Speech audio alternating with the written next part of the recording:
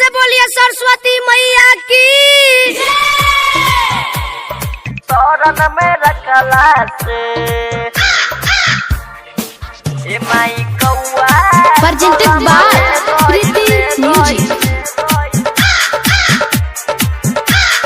कंचन इब्राहिमपुर।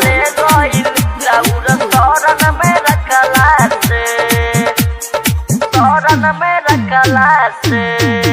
ए माई कौआ कलम ले गइल राउर शरण में रखला से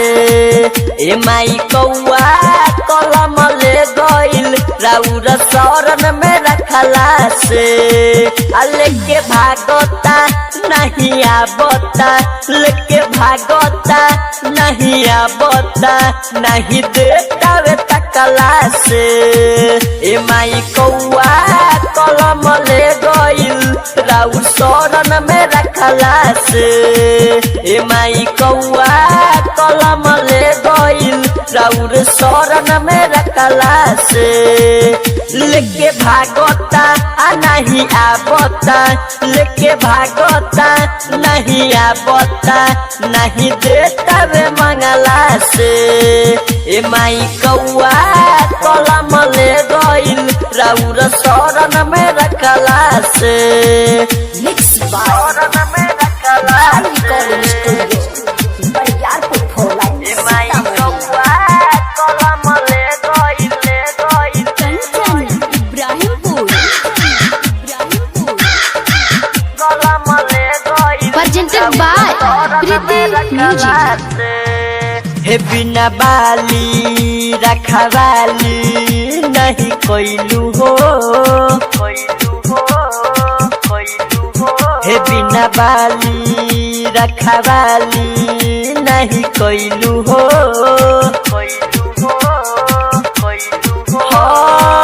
आयु जे भीरी में तोहरा न भगैलू हो न भगैलू हो न भगैलू हो हे बिना बाली रखवाली नहीं कोइलू हो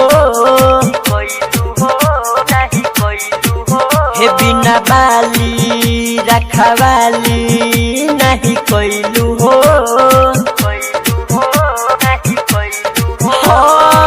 आयु जे भीरी में तोहरा न भगैलू हो न भगैलू हो न भगैलू हो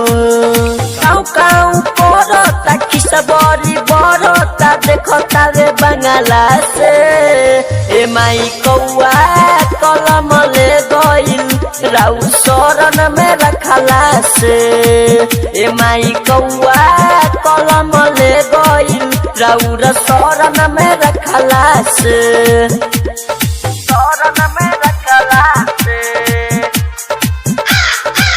ए माई कौआ कलम ले गइल कंचन इब्राहिमपुर।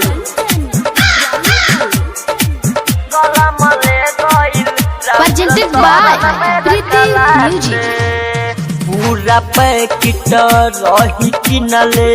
आ नहीं गिनले हो पूरा पैकेट रही किनले आ नहीं गिनले हो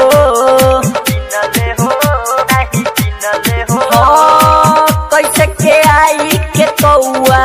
हाथी से छीनले हो छीनले हो छीनले हो पूरा पैकेट रही किनले आ नहीं गिनले हो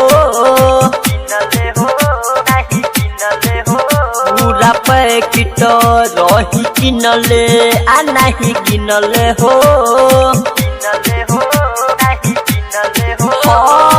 कैसे के आई के कौआ हाथी से छीनले हो छीनले हो छीनले हो सूरज रोशन दीजे कौन चनपी के परदेसी जंगला से ए माई कौआ कलम ले गइल राउ शरण में रखला से ए माई कौआ कलम ले गइल राउर शरण में रखला से। भाई recording studio Bariyarpur 4 line Sita